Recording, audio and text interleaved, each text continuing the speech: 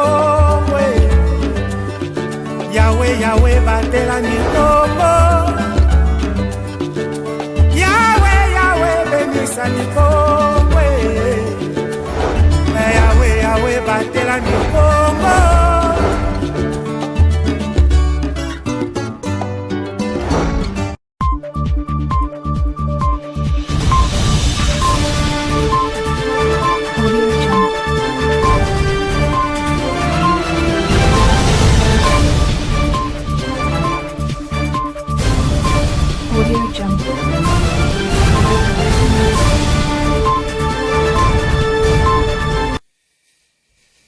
Excellent week-end à toutes et à tous, chers téléspectateurs de Ma Bannière Télévision. Merci de nous rejoindre dans ce nouveau journal sur nos antennes.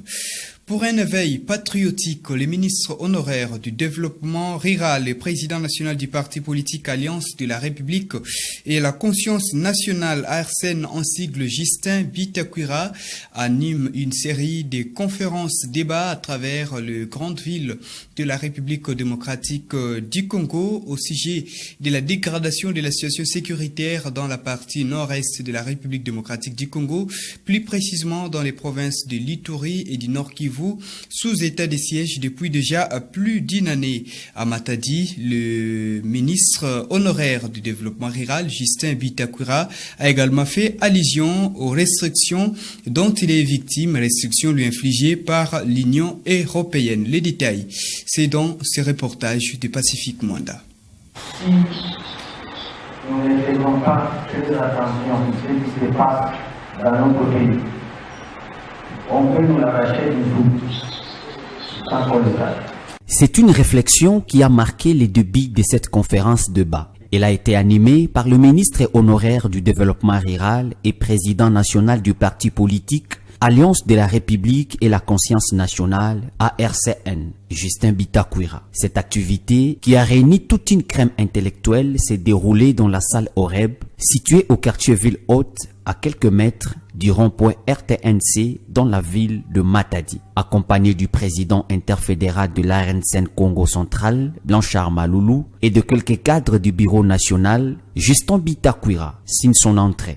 Prenant la parole, l'hôte du jour a circonscrit les mobiles de cette conférence axée sur la mesure restrictive lui infligée par l'Union européenne et la genèse des atrocités à l'est de la République démocratique du Congo. Les Tutsis qui ont pris le Rwanda vers les années 1959, parce qu'il y a un Hutu qui chasse le roi des Tutsis, monarque au Rwanda. C'est Kayibanda qui prend le pouvoir à Kigali. Un Hutu, il chasse Kigeli V, un monarque, un roi. Tutsi, il le chasse, et tous les Tutsis sont dispersés à travers le monde. Les Indiens au Congo, ce qui s'appelle aujourd'hui les Banyamulenge, en 1990, ils s'organisent tous à travers la sous-région pour commencer la guerre contre les Hutus au Rwanda à partir de Kampala sous le soutien de Yoweri Museveni. Et ces fameux, ceux qui se disent Banyamulenge, nous les connaissons comme les Banyarwanda chez nous. C'est comme ça que la guerre de la terre, à l'époque, on l'avait baptisé la révolte des Banyamulenge. Dans son exposé de plus d'une heure, Justin Bitakwira a fustigé les comportements d'un grand nombre de patriotes congolais qui ne s'intéressent pas à la santé politique et diplomatique de leur pays. Après son speech, s'en est suivi le jeu des questions-réponses. Par cette même occasion, l'autorité morale de ARSEN a lancé un message vibrant au président de la République. Il lui a exhorté à frapper dur et ne pas céder à l'hypocrisie des Kagame. Car, selon lui, s'il ne gagne pas la guerre, il serait un demi-président. Notons que plusieurs villes sont ciblées pour l'organisation de telles activités. Voilà, mesdames et messieurs, changeons de chapitre. Profitons de son séjour dans les territoires des Mwanda, où il est originaire. Monsieur Papi Lembe, natif du village Nsiamfumu dans ce même territoire et membre de l'Union pour la démocratie et le progrès social UDPS, le parti présidentiel, s'est fait enrôler le jeudi 26 janvier 2023. Il a donc prêché par exemple après avoir sensibilisé la population du territoire des Mwanda à s'enrôler massivement pour les prochaines échéances électorales de décembre 2023. Le détail, c'est avec notre correspondant sur place, Raphaël Mabonzo.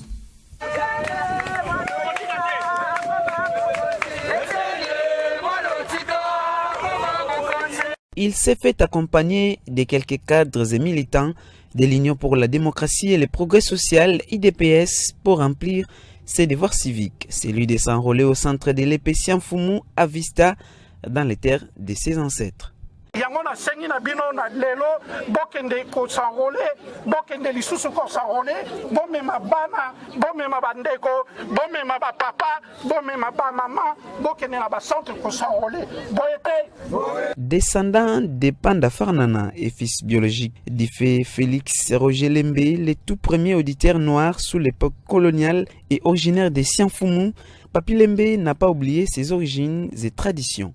Après avoir échangé avec la population qui l'a accompagné à l'enrôlement et visité quelques salles de classe de l'Institut Vissa en état de dégradation, il s'est par la suite dirigé devant les bureaux du centre de pêche de Sianfumu, où il a également échangé avec les notables fils et filles de Sianfumu avant de se soumettre à la cérémonie traditionnelle comme l'exige la coutume. Mabele na ngai Sianfumu, mabele oyo ezali source ya provenance na ngai parce que soki awa mabele oyo ebimisaki papa na ngai te nde lelo ngai pe nazati yango na ye komona bino bomona ngai et puis na profiter ko s'enrôler pembeni ya bandeko na ngai tosala yango ensemble.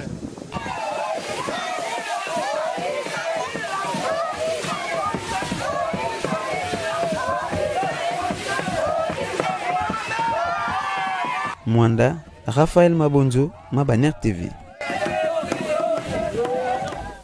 Tout à fait autre chose dans ce journal au niveau national. Par visioconférence, le chef de l'État congolais Félix-Antoine Tshisekedi Tshilombo a présidé ce vendredi 27 janvier 2023 la 84e réunion du Conseil des ministres. Plusieurs questions d'intérêt national étaient à l'ordre du jour, notamment dans sa communication. Le chef de l'État Félix-Antoine Tshisekedi Tshilombo a rassuré à toute la population du Nord Kivu en particulier et toute la population congolaise en général que toutes les dispositions sont prises pour barrer la route à l'ennemi, soit les M23 soutenus par le régime de Kigali. Les détails, c'est dans cet extrait de la lecture du compte rendu du Conseil des ministres avec les porte-parole du gouvernement Patrick Mouyaya. Le président de la République, chef de l'État, commandant suprême de forces armées de la République démocratique du Congo et de la police congolaise, a informé le Conseil qu'il a présidé peu avant le Conseil de ministres une réunion des sécurités, consécutivement à la situation sécuritaire qui prévaut à Kichanga en particulier et dans la province du Nord Kivu en général. Il a tenu à rassurer toute la population congolaise en général, particulièrement celle du Nord Kivu en particulier, que toutes les mesures sont prises pour barrer la route aux aventures du Rwanda et du mouvement terroriste M23. La communauté internationale a été de nouveau interpellée par les présidents de la République au regard des conséquences désastreuses que génère cette situation sur les populations congolaises. Revenant sur sa communication, elle était axée autour de 4 points, à savoir 1. De l'évolution de la coopération bilatérale entre la République démocratique du Congo et les Émirats arabes unis. Le président de la République, chef de l'État, a informé le membre du Conseil des détails de sa récente visite effectuée aux Émirats arabes unis à l'invitation de son Altesse royale, Cheikh Mohammed bin Zayed Al Nahyan, émir d'Abu Dhabi, après sa participation au Forum économique de Davos. Cette visite lui a permis de passer en revue avec son homologue les avancées réalisées en matière de coopération depuis leur dernière rencontre le 21 septembre 2021 à Abu Dhabi, spécialement les questions d'intérêt commun à la République démocratique du Congo et aux Émirats, ainsi que celles qui s'étendent à la paix et à la stabilité dans la sous-région de Grand Lac. Le constat général de la coopération entre les deux pays a été unanime. Les avancées sont significatives sur plusieurs plans et nécessitent d'être consolidées, avec notamment la création d'un pool énergétique impliquant la Société nationale d'électricité SNEL d'une part, et la poursuite du processus de valorisation des actifs miniers d'autre part. Tout à fait autre chose, mais nous restons au niveau national. La République démocratique du Congo a consacré la journée du 30 janvier de chaque année pour la célébration de la journée nationale de la lutte contre la trypanosomiase plutôt africaine, cette maladie qui tue des patriotes congolais en RDC en dépit des avancées considérables, peut être éradiquée à l'horizon 2030, a fait savoir le ministre national de la Santé, Dr Jean-Jacques Mbongani, dans un message. C'est une des maladies tropicales négligées, transmises et causées par la Mutsetse et qui demeure un problème de santé publique en République démocratique du Congo. La République démocratique du Congo est le pays le plus touché par la maladie du sommeil. Elle représente en elle seule un taux de 70% de cas mondial de la maladie trypanosomiase humaine africaine. Et le pays est plus prévalent. Pour atteindre son élimination dans le monde, des efforts particuliers doivent être faits en RDC également. C'est pourquoi le gouvernement de la République, avec ses partenaires techniques et financiers, a pris l'engagement d'accompagner le pays afin d'éliminer la trypanosomiase humaine africaine d'ici 2030. Pour concrétiser cette volonté politique, le gouvernement a décrété une journée nationale de la THA chaque 30 janvier. Au cours de cette date, toute la communauté luttant contre la THA se réunit pour évaluer la situation de la maladie, réfléchir sur la feuille de route de son élimination et surtout booster l'engagement de la communauté par des actions de sensibilisation. Appuyer cette activité, c'est investir aussi à la couverture santé universelle, parce que le traitement de cette maladie est gratuit. Et dans l'actualité continentale, parlons de l'instabilité politique en Tunisie. Le deuxième tour des élections législatives est prévu ce dimanche 29 janvier 2023. Mais le pays reste divisé sur plusieurs questions. Depuis les coups de force du président Kaïs Saïed, la société civile propose un plan de sortie pour faire ce qu'ils appellent sauver le pays. Il est arrivé le premier, Nourdine Taboubi. Un visage bien connu des Tunisiens, puisqu'il dirige la puissante centrale syndicale du pays, l'UGTT.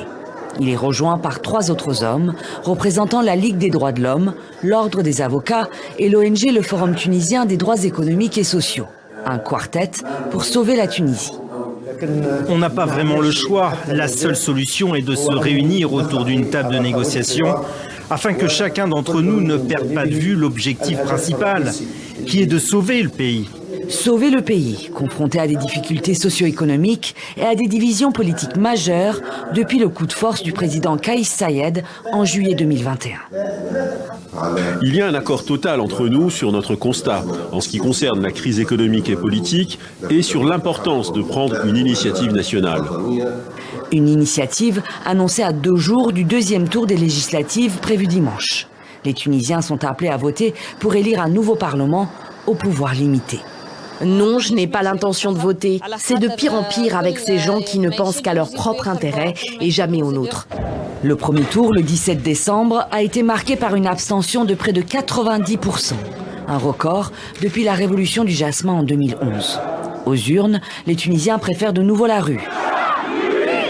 Le 14 janvier, pour le 12e anniversaire de la chute de Ben Ali, ils ont manifesté par milliers pour dénoncer la concentration du pouvoir entre les mains du président et la dégradation économique du pays. Je suis là pour défendre les institutions que Kaïs Saïed a suspendues et pour lui dire stop, ça suffit, basta, on en a marre. Dans ce contexte de crise délétère, le quartet se veut ambitieux et peut susciter l'espoir. 3 des 4 organisations impliquées sont lauréates du prix Nobel pour le rôle qu'elles ont joué dans la transition démocratique dans le pays. Voilà, mesdames, messieurs, vous l'avez certes compris, c'en est donc fini pour ce journal. Merci à vous de l'avoir suivi et très bonne suite de programmes sur nos antennes. Surtout, excellent week-end chez vous.